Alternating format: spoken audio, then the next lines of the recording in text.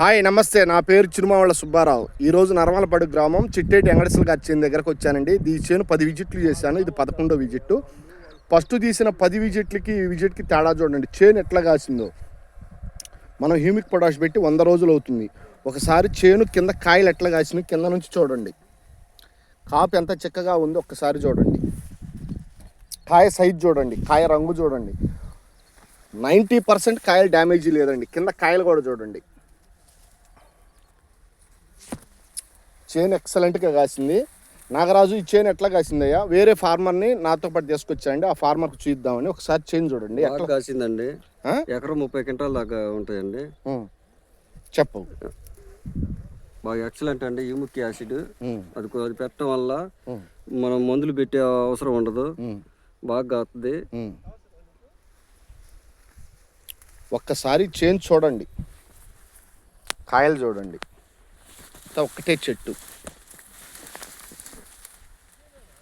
ఎట్లా నా కాసేది ఒకసారి చూడండి. ప్రతి ఒక్క రైతు గమనించాల్సింది చూడండి.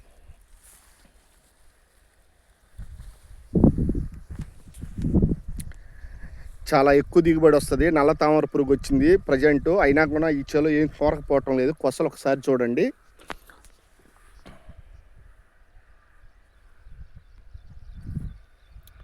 ఎంత మొక్క ఎంత తేటగా ఉందో.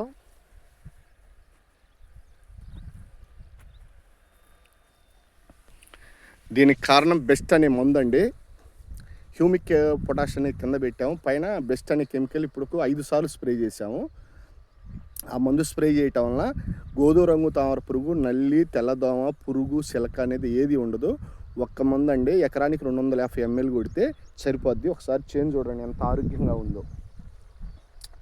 ప్రతి ఒక్క రైతు హ్యూమిక్ పొటాష్ ఖచ్చితంగా పెట్టుకోండి. తర్వాత బెస్ట్ అనే మందును ఖచ్చితంగా స్ప్రే చేయండి. నెక్స్ట్ వీడియోలో ఈసారి కాయలు కోసాక కుప్ప మీద మాట్లాడదామండి.